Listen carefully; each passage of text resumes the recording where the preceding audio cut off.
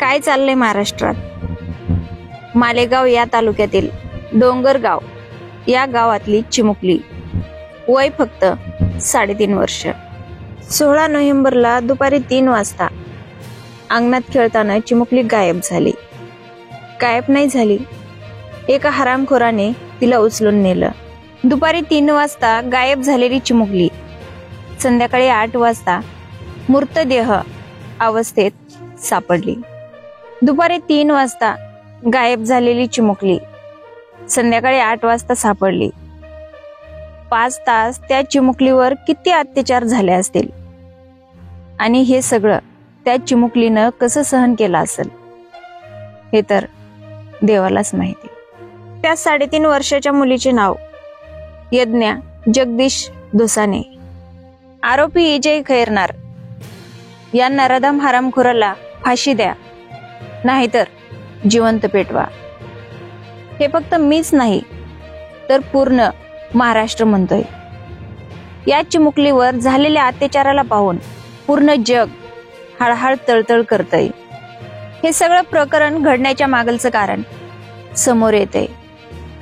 जगदीश दुसाने म्हणजे त्या मुलीचे वडील आणि आरोपी विजय खैरनार या दोघांमध्ये काही दिवसापूर्वी भांडण झाले होते आणि त्याचाच बदला घेण्यासाठी आरोपी विजय खैरनार याने जगदीश दुसाने यांच्या मुलीला दुपारी 3:30 वाजता अगवा करून तिच्यावर लैंगिक अत्याचार करून दगडाने ठेचून तिला जीव मारले. बापाच्या दुश्मनीमुळे लेकराचा जीव गेला. ते लेकराला ही दुनिया सोडून जावं लागलं आणि त्या चिमुकलीचे मायबाप त्या चिमुकलीचा मृतदेह घेऊन न्यायालयाकडे भीक मागत आहेत की आम्हाला न्याय द्या आणि आरोपीला फाशी. आतापर्यंत महाराष्ट्रामध्ये कितीतरी बलात्कार झाले असतील आणि ते तुम्हाला माहितही झालं असेल, पण त्या आरोपीला सजा कोणती भेटली की नाही हे तुम्हाला माहित झाले का? नाही. फक्त फाशी देऊन त्या चिमुकलीला न्याय मिळेल का? फाशी देऊन तर तो एका क्षणात मरून जाईल, पण त्या चिमुकलीवर झालेल्या अत्याचाराचं काय? तिनं केवढे अत्याचार सहन केलेत, तेवढेच अत्याचार त्याच्यावर पण व्हायला पाहिजेत. त्याला पण दगडानं ठेचून मारलं पाहिजे.